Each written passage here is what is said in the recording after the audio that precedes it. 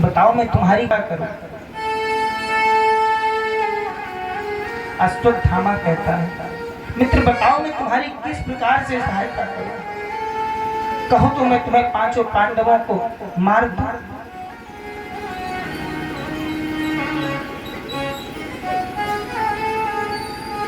दुर्योधन ने कहा, मित्र तुम सिर्फ एक काम कर दो। क्या? बोले अगर तुम जाकर के भीम का सिर काट करके ले आओ तो मैं तुम्हें अपना आधा राज्य दे दूंगा। महाराज ये है महाभारत, आधा राज्य दे दूंगा। और वही दुर्योधन महाभारत के युद्ध के पहले जब प्रस्ताव रखा गया शांति प्रस्ताव की युद्ध ना हो, तो दुर्योधन ने कहा कि मैं बिना युद्ध किए अपने भाइयों को यानी पांडवों को सुई की नोक के बराबर भी जगह नहीं दूंगा। एक बार किसी ने हमसे पूछा, महाराज ये बताओ राम कथा होती, भागवत कथा होती, शिव पुराण भी होता है, लेकिन लोग महाभारत क्यों नहीं कराते ये बताओ। हमसे किसी ने पूछा था एक जगह, तो हमने कहा भैया हम क्या बताएं, वो तो आप लोगों की इच्छा है। फिर भी बोला नहीं मेरा कुछ तो बात है, क्यों नहीं कराते लोग। तो हमने कहा महाभारत में और भगवान की कथा में बहुत अंतर है, राम कथा में और महाभारत में बहुत अंतर।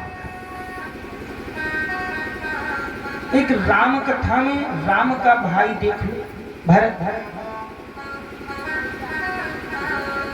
राम राजगद्दी स्वीकार नहीं कर रहे क्योंकि उनको वनवास हुआ है, और भरत को राम जी कह रहे हैं कि भैया भरत ये राज तुम संभालो मात्र 14 वर्ष के लिए। 14 वर्ष बाद जब मैं आ जाऊं तब फिर मैं राजा बन जाऊंगा, बैठ जाऊंगा, लेकिन 14 वर्ष तक तुम राज्य को संभाल लो। भरत जी महाराज कह रहे हैं कि रसार सातल चाहिए तब ही, ये पृथ्वी रसातल को चली जाएगी अगर मैं राज्य को स्वीकार न करूं। ये राम कथा का भाई है, और यहाँ महाभारत अपने भाइयों को दुर्योधन कहता मैं सुई की नोक के बराबर भी जगह ये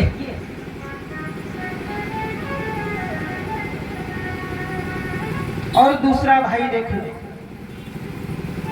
जब राम जी वनवास के समय सीता जी को रावण ले गया, ऋष्मिक पर्वत पर पहुंचे, सुग्रीव जी ने आभूषण दिखाए, मित्र ये देखो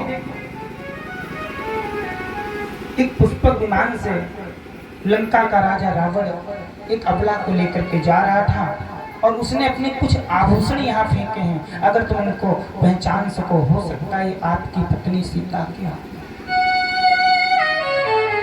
राम जी की आंखों से अश्रुपात हो रहा था। लक्ष्मण जी से कहा भैया लक्ष्मण ये जरा देखो मुझे तो दिख नहीं रहा। लक्ष्मण जी ने हाथ जोड़े, बोले भैया अगर ये आभूषण पैरों के होते तो मैं पहचान लेता कि मेरी माँ सीता की।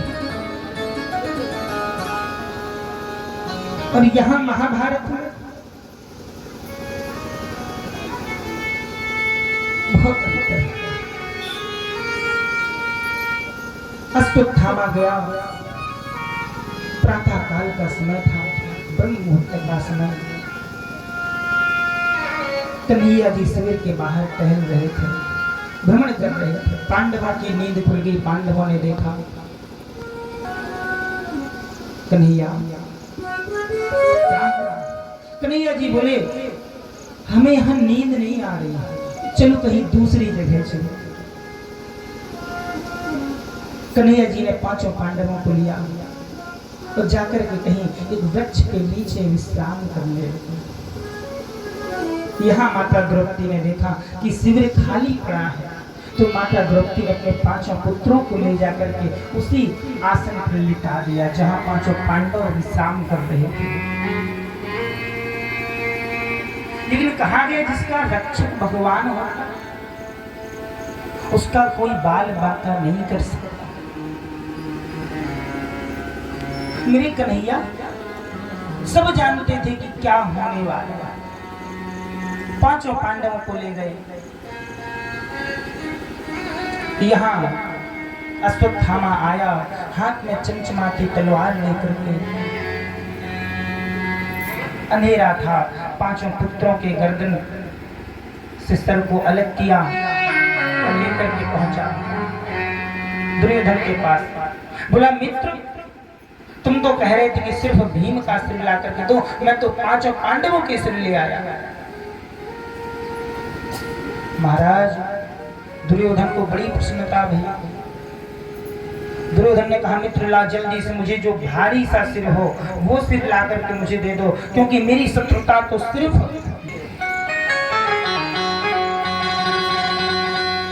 दुर्योधन ने उस सिर को पकड़ा और जोर से उसको फोड़ना चाहा, लेकिन वो आसानी से ही टूट गया। दुर्योधन ने कहा, ये तूने क्या किया? तूने तो मेरे वंश का ही नाश कर दिया। कोई जल देने वाला भी नहीं बचा होगा। और इतना कहते ही दुर्योधन का प्राणांत हो गया। दुर्योधन को श्राप था कि तुम्हारे अंतिम क्षण में तुम्हें प्रसन्नता भी हो और तुम्हें दुख भी हो, तब तुम्हारी मृत्यु हो।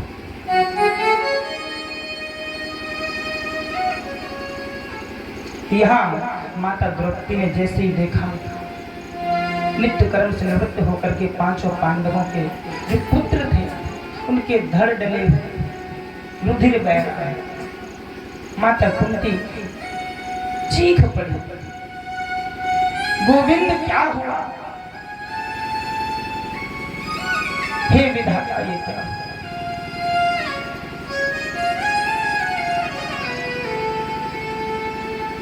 जिनके पांच पुत्र चले जा रहे हैं। यहाँ पांचों पांडव आए। भीम ने अपनी गदा संभाली, अर्जुन ने अपना गांडीव संभाला। बोले, गोविंद तुम इतना बता दो, ये कृत्य किया तो किसने किया?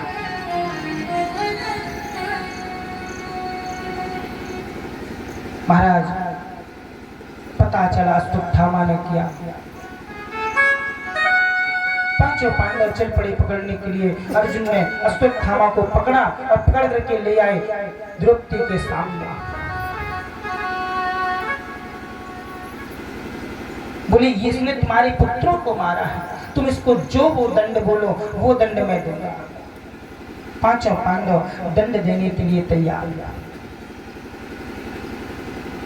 सामने कन्हैया जी खड़े हैं, चुप हैं, कुछ बोल नहीं रहे हैं।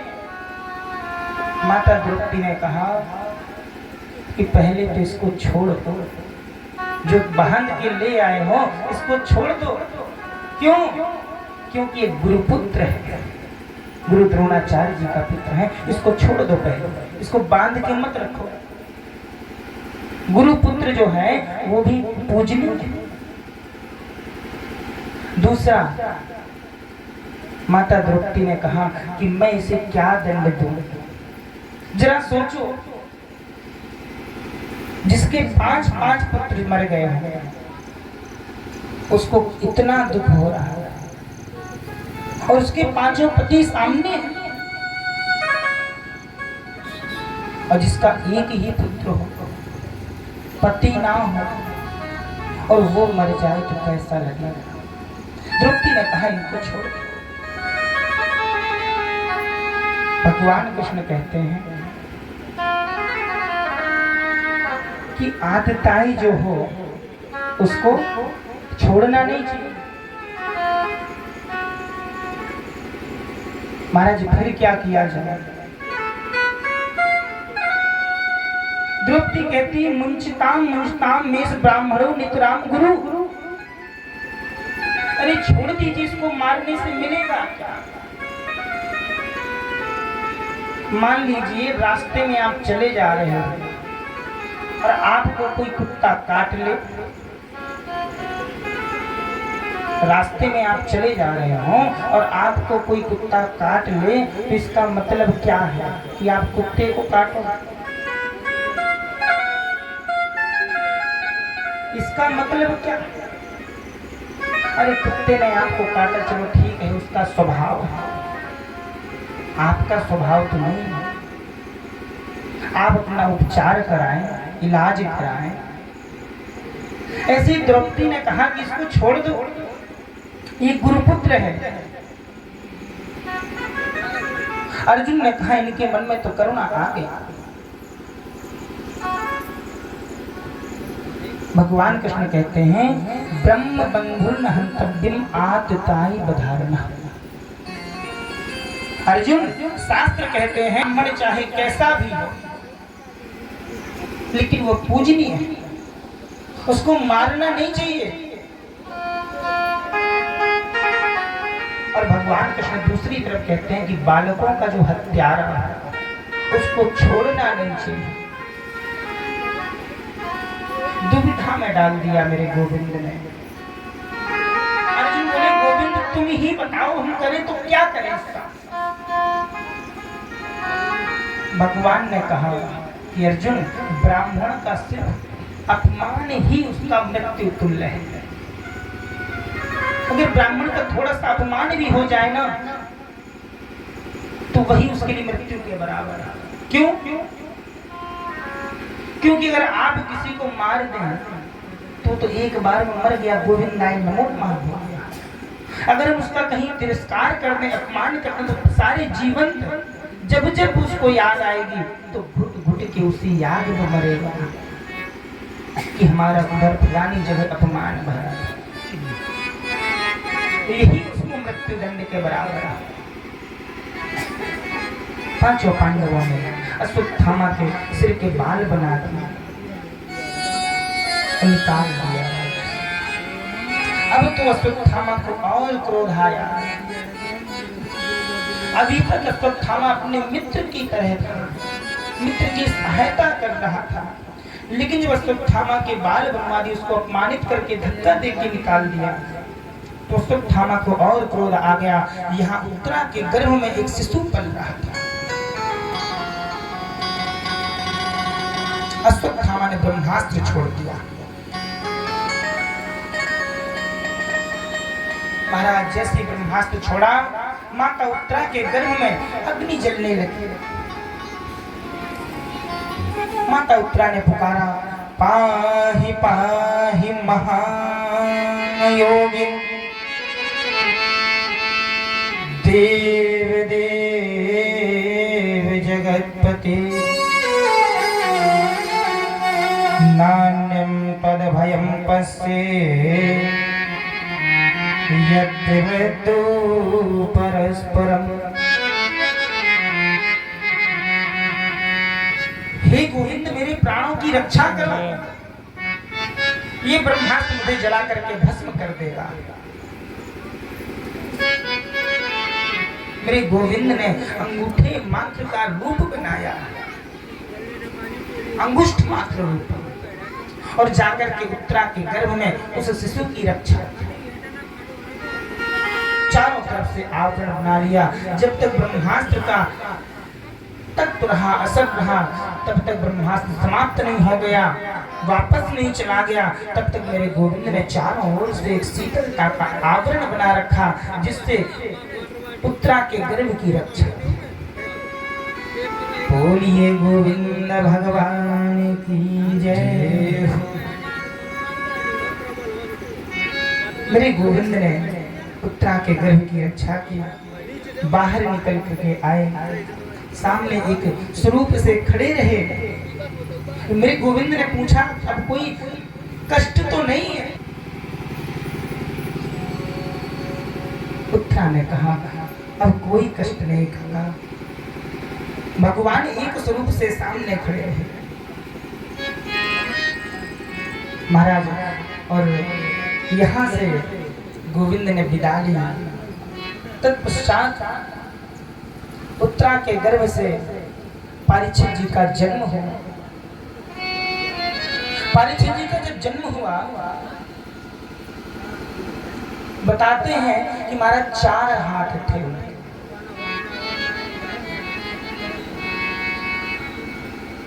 परीक्षित जी ने चारों तरफ देखा,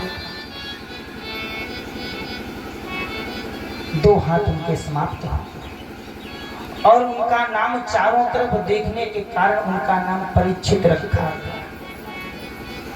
किसी ने पूछा इनका नाम परीक्षित क्यों है? परीक्षित माने जो परीक्षण करे। तो महाराज परीक्षित जी का जब जन्म हुआ तो क्या परीक्षण कर रहे थे?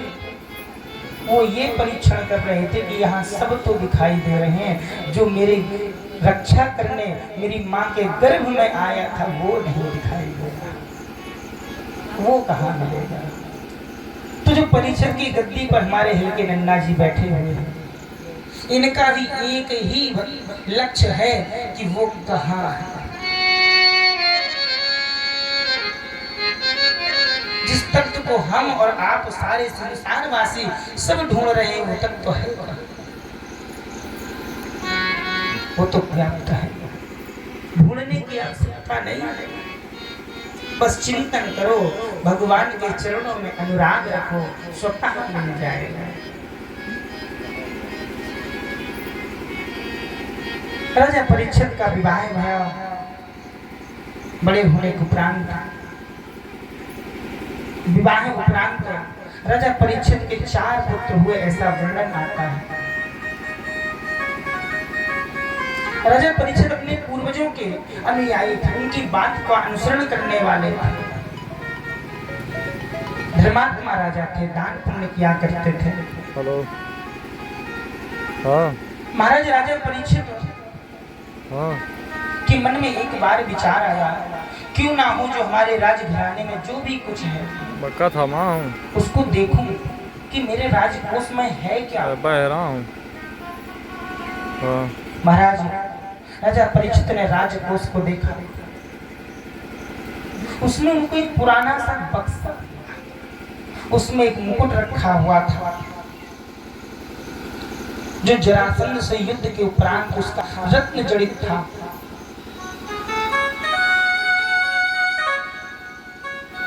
उस मुकुट को रखा देखा, राजा परीक्षित ने सोचा कि ये मुकुट जो मेरे राजकोष में रखा है मेरे पूर्वजों का है,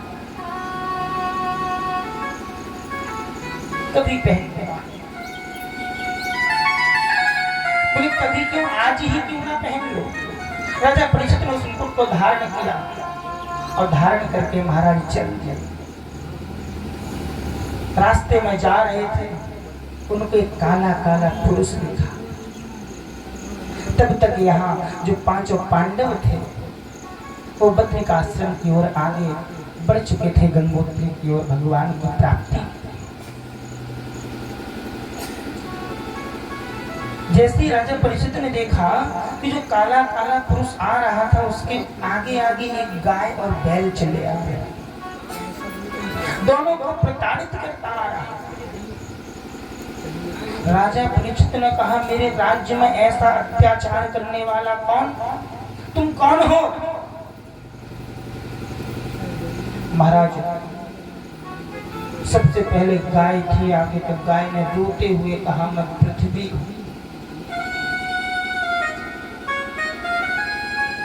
बैल कहता, मैं धर्म हूं। धर्म के 4 चरण हैं। बैल के कितने पैर हो? 4। 3 पैरों से लड़खड़ा रहा है, 3 पैर से लड़खड़ा रहा है, टूट चुके हैं। 4थे पैर पर घिसटते घिसटते चल रहा है, उससे भी रुधिर बह रहा है। धर्म कहता है, मेरे 3 पैर टूट चुके, अब मैं और नहीं चल सकता। 3 पैर कौन कौन से? सत्यम शौचम दया दानम। सत्यम, सत्य चला। आज महाराज छोटी छोटी बातों पर लोग झूठ बोल जाते हैं। भैया कहाँ हो? बोले बस यही चौराहे पे। होंगे घर के अंदर। भैया साउंड सिस्टम चालू हो गया? हाँ हाँ बोले सब हो गया है। बोलो राधे। सत्य चला गया। जैसे जैसे आपके चारों युग एक एक करके चलते गए, ऐसे आपके धर्म के एक एक चरण कटते चले गए। हमारे सतयुग गया, लोगों ने सत्य बोलना छोड़ दिया। शौचम जैसे त्रेता युग गया, लोगों की पवित्रता चली गई, लोग अपवित्र रहने लगे। और द्वापर युग का अंत होते होते लोगों ने दया करना भी छोड़ दिया। अब लोग दया नहीं करते। धर्म का चौथा चरण रह गया दान। सत्यम शौचम दया दानम। लिखी है दान से मुक्ति, लिखी है दान से मुक्ति, हमें देना नहीं आया। लिखी है दान से मुक्ति, हमें देना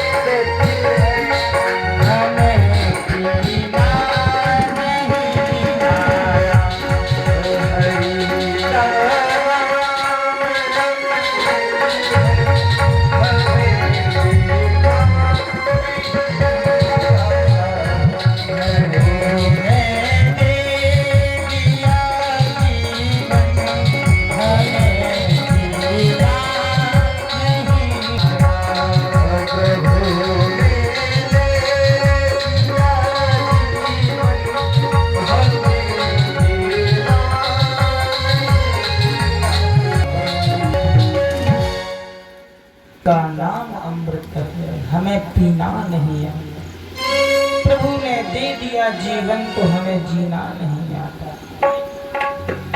हमारे धर्म के 4 चरण हैं, सत्यम शौचम दया दानम। 3 चरणों से टूट गया है धर्म, चौथा चरण रह गया दान। और दान का मतलब ये नहीं है कि पैसे ही हो, दान महाराज अपना तन मन धन जो बनो।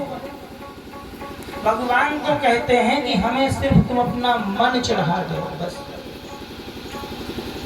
मन से भगवान का चिंतन करते रहो, तन तुम्हारा कहीं भी बना रहे,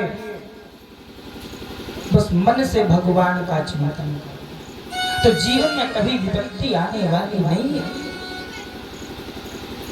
महाराज जो काला काला पुरुष था उससे पूछा, भाई तुम कौन हो? राजा परीक्षित ने जैसे ही पूछा कि तुम कौन हो, उसने कहा मैं कलियुग हूं। बोले तुम इनको प्रताड़ित क्यों कर रहे हो? कलियुग ने कहा ये तो मेरा काम है, साधु संतों को सताना, अधर्म को फैलाना, ये मेरा काम है। तुम मेरे राज्य में आ कैसे गए? मेरे राज्य में तो ऐसा कुछ है ही नहीं कहीं। कलियुग ने कहा महाराज जो पिछला युग चल रहा था उसका समय पूर्ण हो गया, अब हमारा समय आ गया और हमें आप अपने राज्य में जगह स्थान दें। राजा परीक्षित ने कहा हमारे राज्य में ऐसे अत्याचारियों का अधर्मियों का कोई काम नहीं है, निकल जाओ। जैसे ही इतना कहा महाराज कलियुग राजा परीक्षित के चरणों में गिर गया।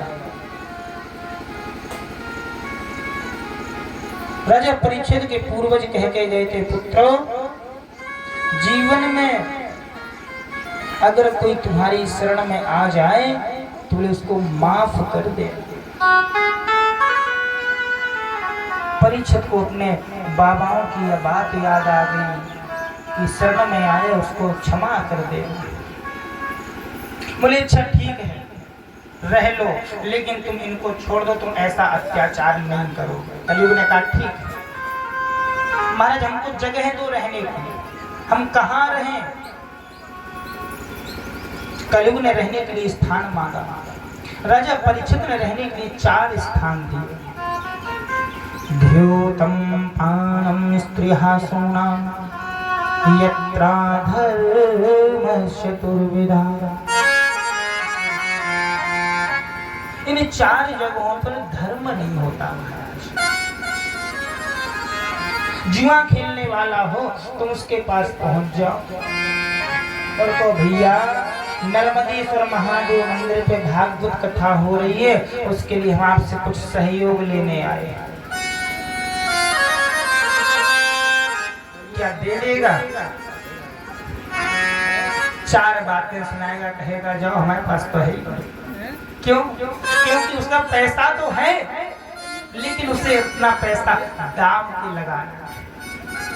जुआ खेलने वाला पानम, जो मदिरा पान करता हो उससे अगर आप पैसा मांगोगे भैया धर्म में पैसा लगाना है, वो कहेगा हमारे शाम के लिए व्यवस्था है।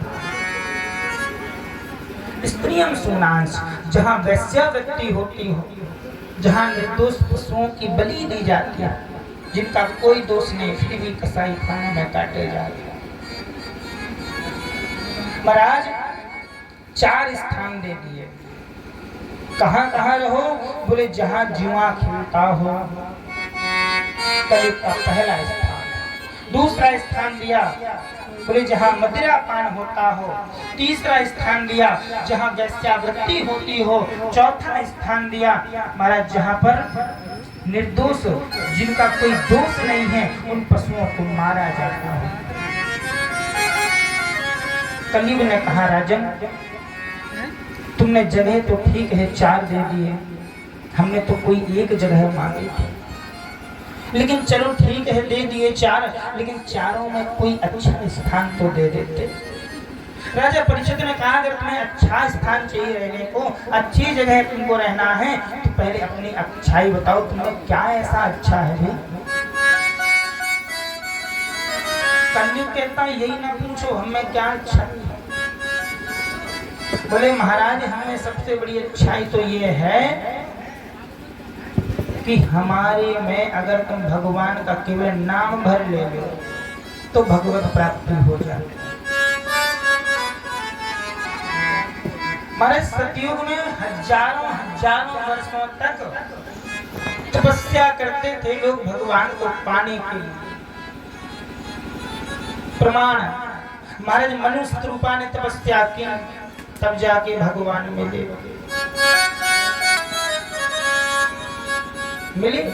त्रेता युग में लोग यज्ञ करते थे तब भगवान मिलते थे, राम जी यज्ञ से मिले। द्वापर युग में देखो महाराज पूजा पाठ से मिले। गोपियों ने माता कात्यायनी की कार्तिक के महीने में 1 महीने पूजा की और जाके यमुना जी में ढूंढा। आज भी माताएं बहनें ढूंढती हैं तब जाके बोले जी मिल गए हमारे ठाकुर। तो बोले सतयुग में भगवान तपस्या से मिलते थे, त्रेता युग में भगवान यज्ञ करने से मिलते थे, द्वापर युग में भगवान पूजा पाठ से मिलते थे, लेकिन कलयुग में सिर्फ भगवान का नाम संकीर्तन करना। कलयुग केवल नाम आधारा, सुमेर सुमेर नर उतरहि पारा।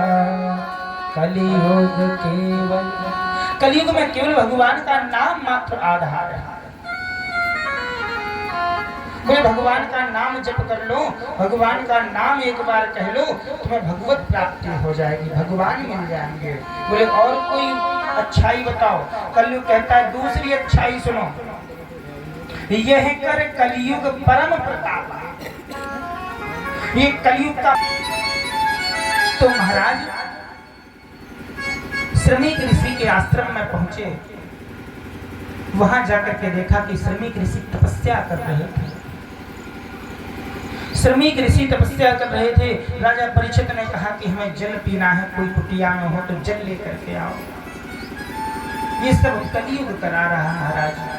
राजा परीक्षित ऐसे नहीं थे, बड़े पुण्यात्मा थे, धर्मात्मा थे, लेकिन महाराज श्रमिक ऋषि तपस्या में लीन थे, ध्यान नहीं दिया, भगवत चिंतन कर रहे थे।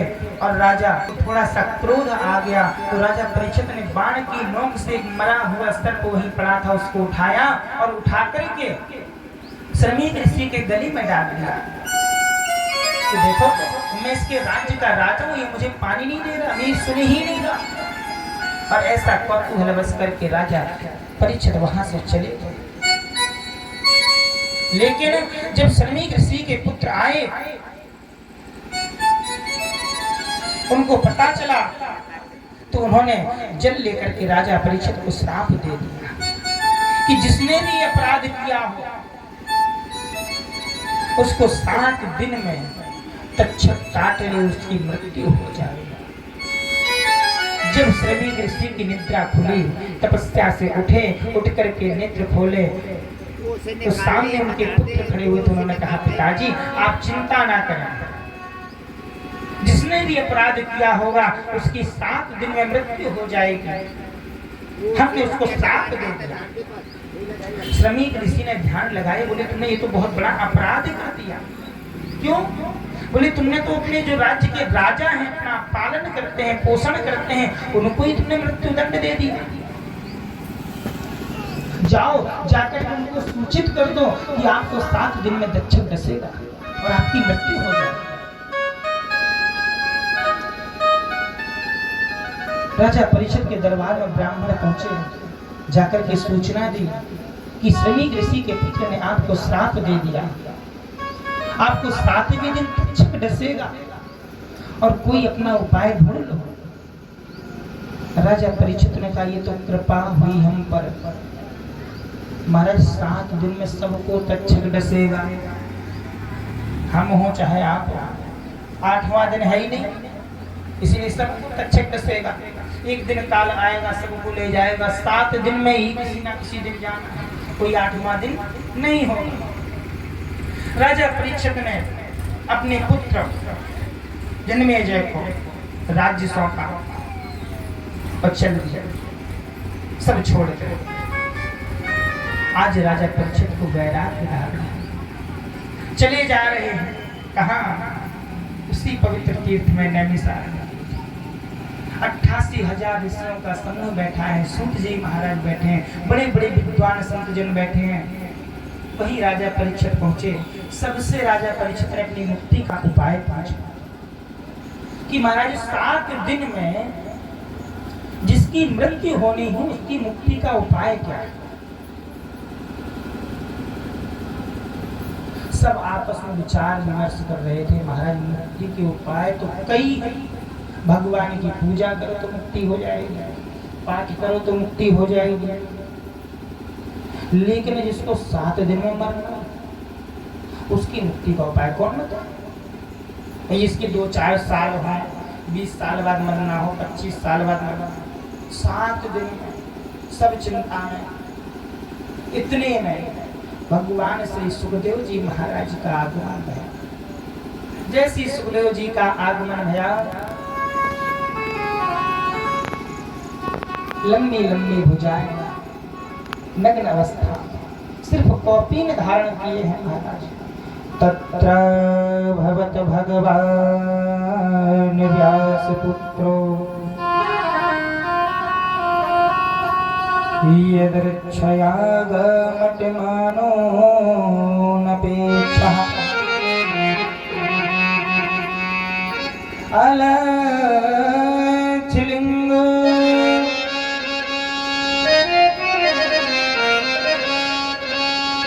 निजलाभ तुष्टा धृतश्च बालैर्वधूतो वेशम्।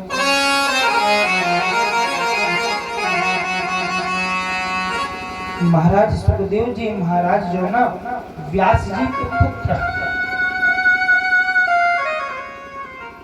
चले जा रहे, शरीर पर कोई वस्त्र नहीं है, चौड़ा सा वक्ष स्थल है, लंबी लंबी भुजाएं। सुखदेव जी पहुंचे। जैसे ही सुखदेव जी को देखा, सभी ने कहा कि राजा परीक्षित अब तुम्हें चिंता नहीं करनी है। क्यों? मेरे भगवान व्यास के पुत्र श्री सुखदेव जी महाराज का आगमन हो गया। अब आपके सभी जवाबों प्रश्नों का जवाब मिल जाएगा। आपका जो प्रश्न है ना, 7 दिन में मुक्ति का क्या उपाय है, जिसकी 7 दिन में मृत्यु होनी हो, आप अपना प्रश्न इनके सामने रखें। जैसे ही महाराज सुखदेव जी को देखा, सबने उठ करके साष्टांग प्रणाम किया। ऊंचा सा बालू का आसन बनाया गया और बालू की रेत के आसन पर सुखदेव जी को विराजमान किया, यथोचित पूजन किया, वंदन किया। आइए हम सभी भगवान श्री सुखदेव जी का पूजन करें। ओ हरि की कथा सुनाने वाले, हरि ध्यान कराने वाले, तुमको लाखों प्रणाम, तुमको लाखों प्रणाम। हरि की कथा सुनाने वाले, हरि की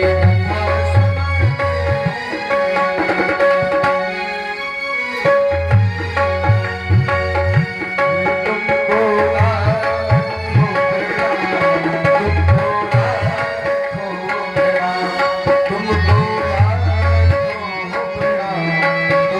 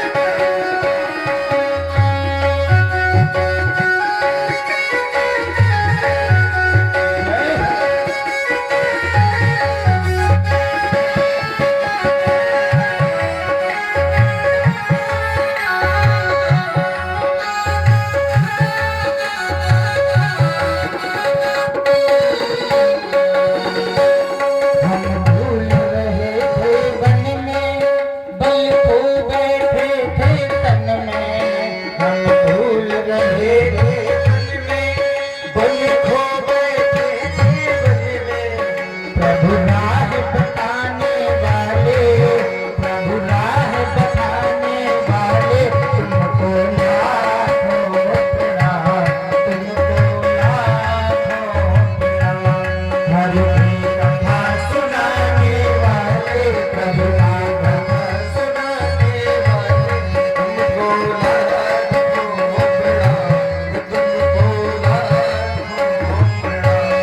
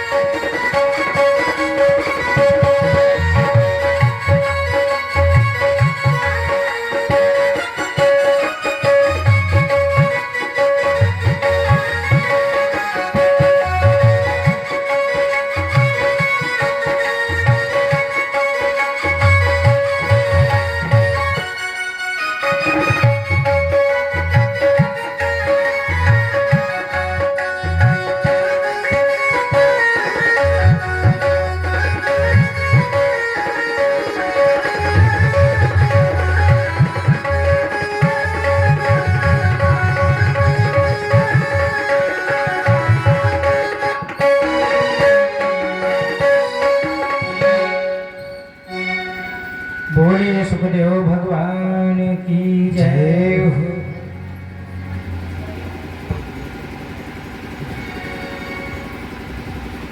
बोलिए वृंदावन बिहारी लाल की जय हो। महाराज सुखदेव जी का सभी ने पूजन किया, आसन दिया और सुखदेव जी से राजा परीक्षित ने सिर्फ एक ही प्रश्न किया कि महाराज 7 दिन में मरने वाले की मुक्ति का क्या उपाय है।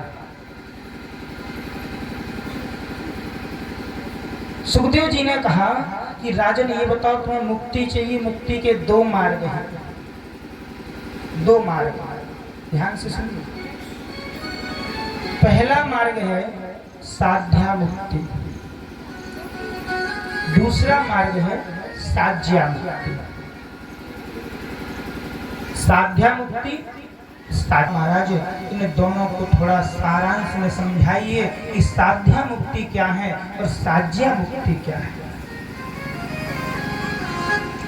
सुखदेव जी कहते हैं साध्या मुक्ति राजन वह है जिसके द्वारा साधना के द्वारा, योग साधना से हम अपने शरीर को त्याग देते हैं। दक्ष प्रजापति की यज्ञ में माता सती का विध्वंस हुआ। ऐसा नहीं कि सती जी यज्ञ के कुंड में कूद गई हो।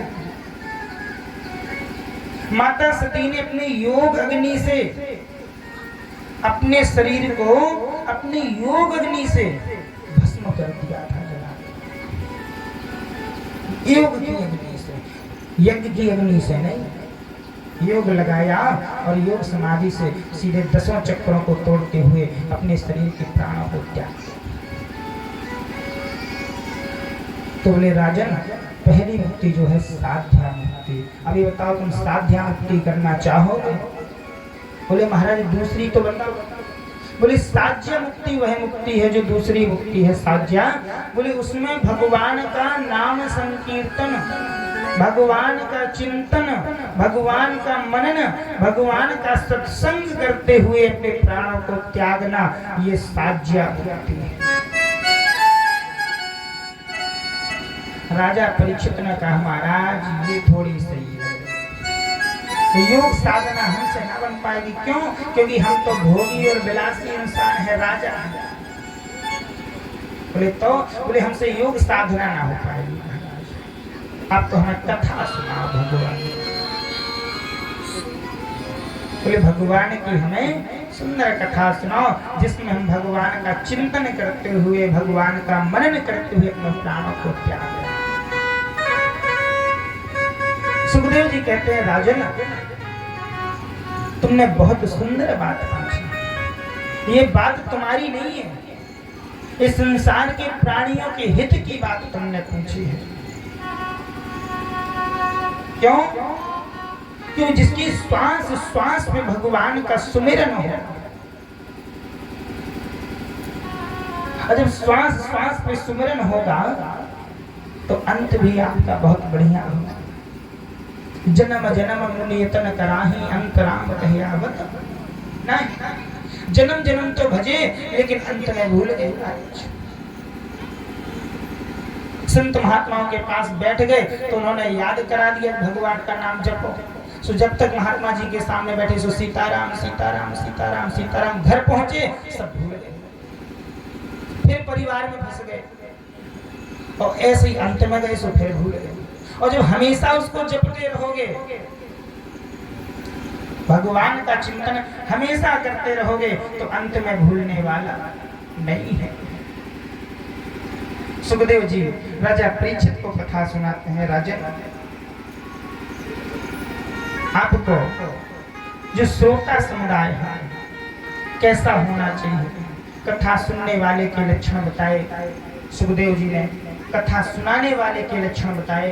महाराज, ऐसा हो जो बात को तत्व को समझा सके। श्रोता कैसा हो? तत्व को समझा सके। अगर बात को समझा न सके तो श्रोता ऐसा नहीं होना चाहिए। और परीक्षित जो है ऐसा हो जो महाराज व्यास का परीक्षण कर सके,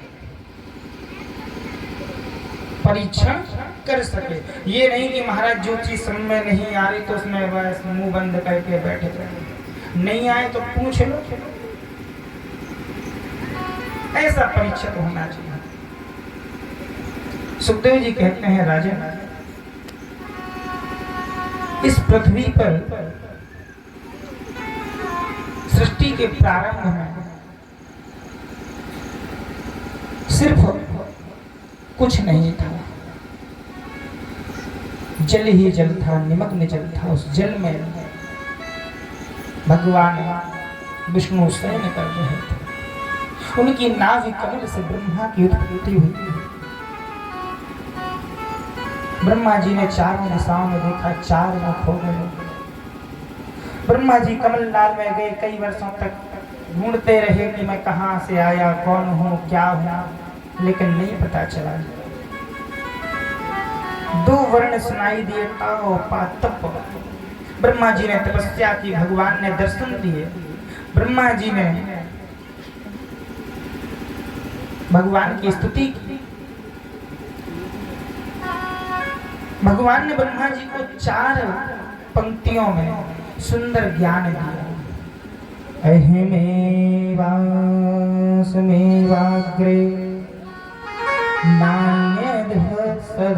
सत्परम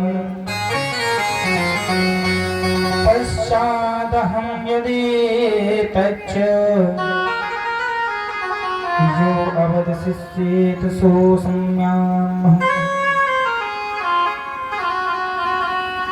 परमात्मा कहते हैं, भगवान विष्णु कहते हैं ब्रह्मा जी से कि सारी सृष्टि में केवल मैं ही मैं था और सृष्टि के अंत में भी मैं ही रहता हूं। सृष्टि के बिगड़ने के बाद जो भी शेष बचता है योग शिष्येत, वो भी मैं हूं। महाराज सुखदेव जी कहते हैं कि एक बात बताओ परीक्षित, भगवान जल्दी किसको मिलता है? भगवान अगर मिलता है जल्दी तो सिर्फ उसी को मिलता है जो भगवान का चिंतन करेगा। चिंतन करेगा उसी को भगवत प्राप्ति होगी। सृष्टि के क्रम में भगवान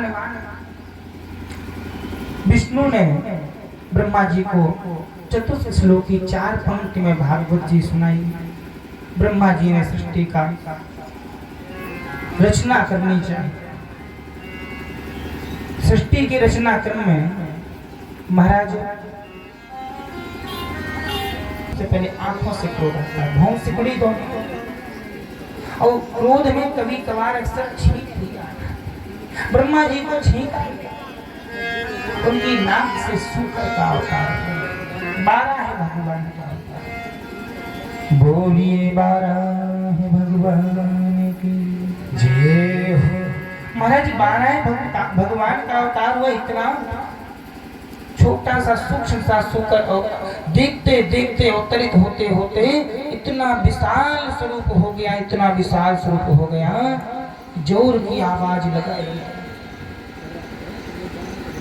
महाराज वामन भगवान गए, जो हिरणाक्ष और हिरण्यकश्यप 2 भाई थे। हिरणाक्ष जो था उसने पृथ्वी को चारों तरफ से बंद कर रखा था। पृथ्वी को कहीं रसातल पे नहीं ले गया। महाराज कहते पृथ्वी रसातल, पृथ्वी तो वैसे ही जल में तैर रही है। पृथ्वी के जो 5 तत्व थे उनको छुपा करके ले गया था। जो तत्व थे जिनमें जीवित तत्व होता है उस तत्व को ले गया था। महाराज 12 भगवान ने जाकर के हिरणाक्ष का वध किया, पृथ्वी को लेकर के आए, पृथ्वी की स्थापना की। उसी सृष्टि क्रम में स्थापना के उपरांत सभी देवताओं ने 12 भगवान की पूजा की। ब्रह्मा जी ने भगवान की स्तुति की। सुखदेव जी कहते हैं राजन ब्रह्मा जी के एक और पुत्र हुए जिनका नाम है कर्दम।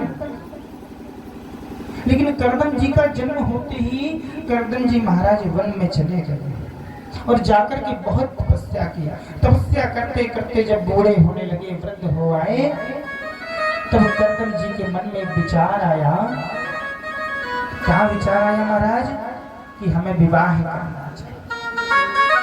पूरा जीवन निकल गया तपस्या करते करते, और जब वृद्धावस्था आई तो बोले विवाह करना चाहिए। भगवान ने दर्शन दिया। कर्दम ऋषि की तपस्या होने के बाद बोले वरदान मांगो। कर्दम ऋषि ने 10,000 वर्षों की तपस्या का पूरा पुण्य एक बार में अपना समाप्त। बोले महाराज हमें विवाह करना, मांगो वरदान। बोले वरदान ये कि हमारा विवाह हो जाएगा। भगवान ने कहा ठीक है, तुम्हारा विवाह हो जाएगा। भगवान ने कहा जो स्वयंभू नाम के जो मनु हैं, उन मनु महाराज की 3 पुत्री और 2 पुत्र हैं। मनु महाराज के 3 पुत्र, महाराज देवहूति, आकृति और प्रसूति। 2 पुत्र हैं प्रियव्रत और तानपान। बोले जो महाराज मनु की 3 पुत्रियां हैं, उनकी बीच वाली जो पुत्री है देवहूति, उनसे आपका विवाह हो जाएगा। बस आपको मना नहीं करना। महाराज कैसे होगा विवाह? कर्दम ऋषि ने पूछा। भगवान ने कहा तुम्हें कहीं जाने की आवश्यकता नहीं है, वो खुद खोजते खोजते तुम्हारे पास आ जाएंगे। मनु महाराज गए कर्दम ऋषि के आश्रम में और कर्दम ऋषि को अपनी कन्या का विवाह कर दिया। महाराज विवाह करने के उपरांत कर्दम ऋषि से कपिल भगवान का जन्म हुआ। कपिल देव भगवान की जय। महाराज कपिल भगवान ने अपनी माता को सांख्य शास्त्र का बहुत सुंदर उपदेश दिया। उन्हीं कर्दम ऋषि की 9 कन्याएं हुई। पहले कन्याओं का जन्म हुआ, फिर पुत्र का जन्म। और जब कन्याओं का जन्म हुआ, 9 कन्याएं थी, वही नवधा भक्ति कहलाते हैं। और जब भक्ति जीवन में आ जाती है तभी भगवंत मिलता है। कपिल देव जी महाराज भगवान के अवतार। कपिल भगवान ने अपनी माता को सांख्य शास्त्र का उपदेश दिया और उपदेश देकर के जो माता थी उनकी देवहूति नदी बन करके बह गई। देवहूति का वंश आगे नहीं चला। माता देवहूति की दो बहनें और थी, आकुति और प्रसूति। जो प्रसूति नाम की उनकी बहन थी वो महाराज दक्ष प्रजापति को ब्याही गई और आकुति का विवाह रुचि प्रजापति के साथ हुआ। आकुति का विवाह रुचि प्रजापति के साथ हुआ। देवहूति का विवाह महाराज कर्दम ऋषि के साथ हुआ और जो प्रसूति थी वो दक्ष प्रजापति को ब्याही गई।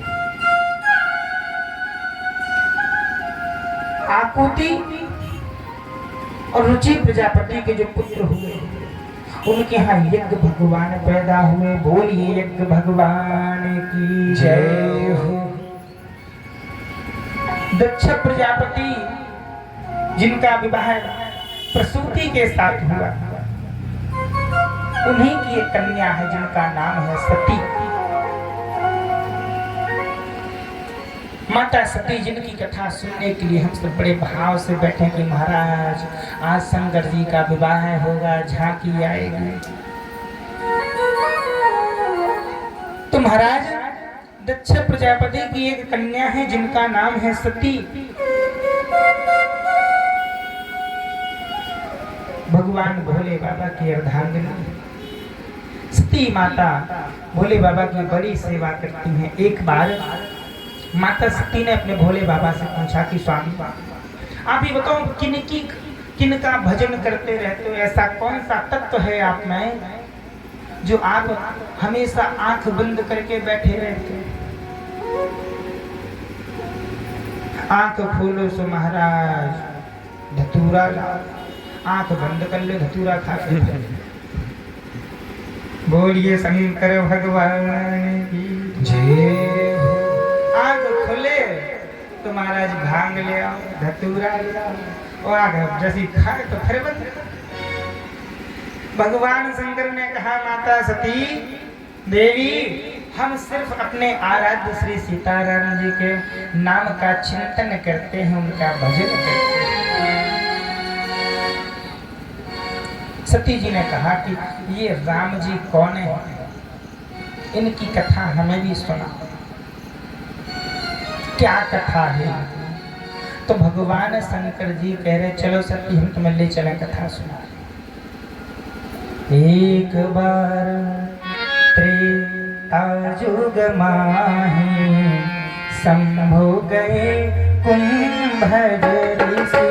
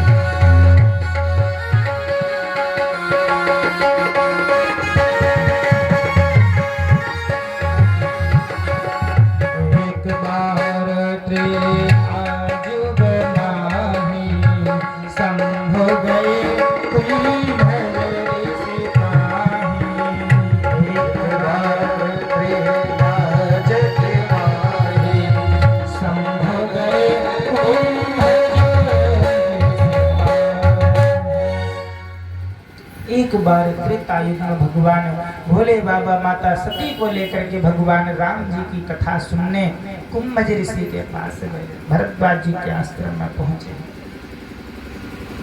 महाराज अगर आप कथा सुनने जाओ और आपसे कोई कह दे कि भैया हमें भी ले चलो, तो ये समझो कि आप जो अपनी कथा सुनने जा रहे थे आपको अपनी कथा का 100% फल मिल गया। बिना कथा सुने अगर आप किसी दूसरे को साथ में लेके आए तो, और जो अपने मन से कह रहे कि भैया हमें भी कथा सुनने चलना है, ले चलो।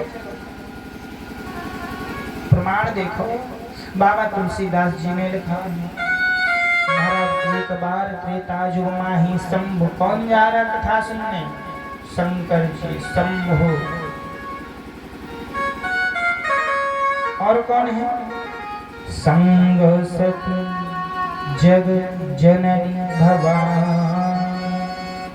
पूरे साथ में सती मैया जा रही है। जगत जननी सुनने आता है, वो नीचे बैठता है।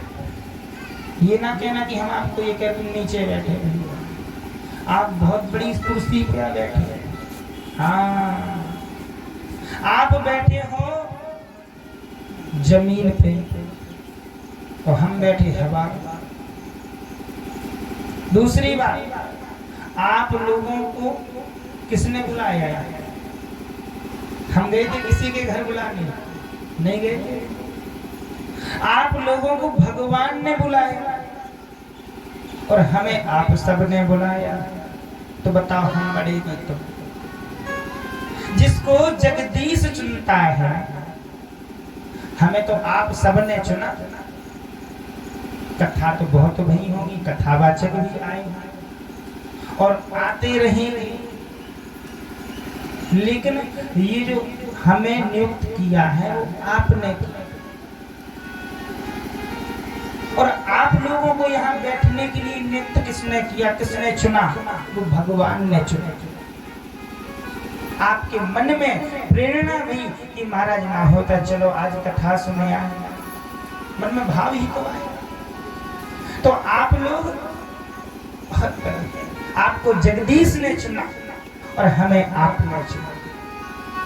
माता सती के मन में संदेह आ गया, और जहां संदेह आ जाए वहीं कथा में मन बिल्कुल लगने वाला नहीं है। मन लगाना है तो मन में कोई संदेह नहीं होना चाहिए। माता सती यही सोचती रही कि हम बड़े हैं या हमारे पति बड़े हैं या जिनकी कथा सुनने आए ये बड़े हैं। अगर ये बड़े होते तो हम इनके चरण पखारते, लेकिन ये तो हमारे चरण पखारते। कुछ नहीं, महाराज शंकर भोले बाबा को और माता सती को आसन पर ऊंचाई पर बिठा दिया और भरद्वाज जी महाराज नीचे बैठ करके कथा कहने लगे। माता सती ने कोई कथा नहीं सुनी, मन में बस वही खटपट चलती रही। कथा सुन के जब वापस चले आने लगे कैलाश की ओर, बोले महाराज कौन जा रहा है?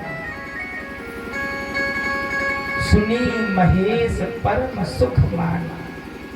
किसने सुना? बोले भोले बाबा ने कथा को सुना।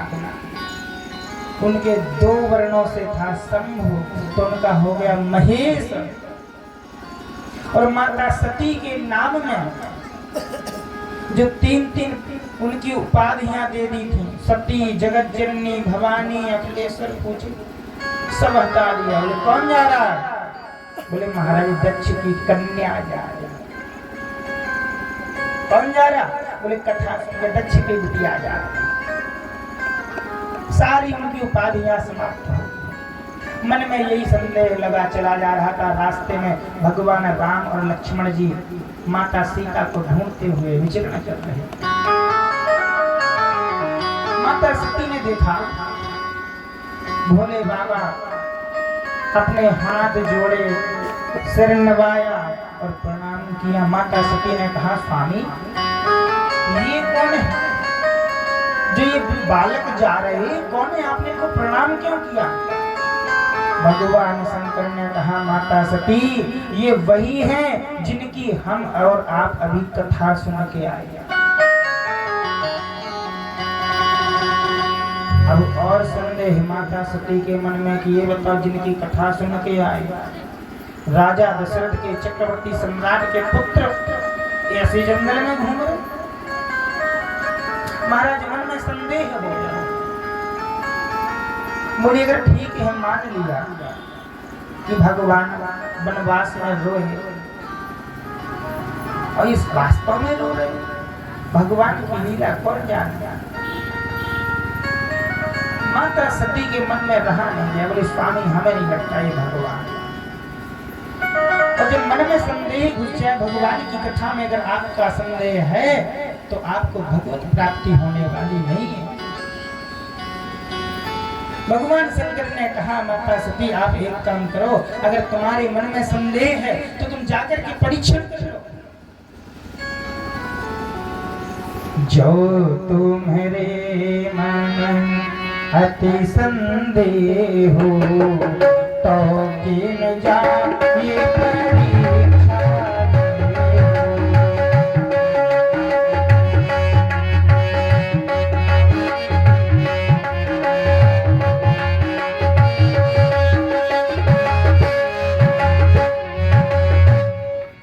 देवी। अगर तुम्हारे मन में कोई संदेह है तो तुम जाकर के परीक्षा कर लो।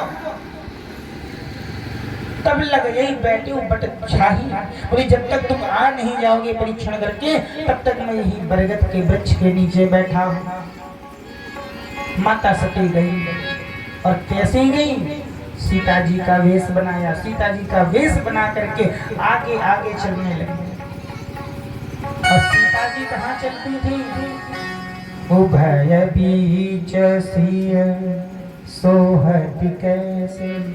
बोले सीता जी कैसे, बोले बीच में चलती हैं, जैसे बोले ब्रह्म जीव बिच माया जैसे। ब्रह्मा और जीव परमात्मा और आत्मा के बीच में जो जीव होता है, उसी प्रकार माता सीता, राम जी सबसे आगे, सीता मैया मध्य में, सबसे पीछे लखनलाल जी। लेकिन यहाँ तो सीता जी आगे आगे चले। राम जी जान गए कहाँ बहोरी कहाँ वृष केतु। हे माता आपको प्रणाम। और वृष केतु यानी भगवान शंकर कहाँ हैं, उनको कहाँ छोड़ाएं। विपिन अकेले फिर ही इस जंगल में आप अकेले क्या कर रही हैं।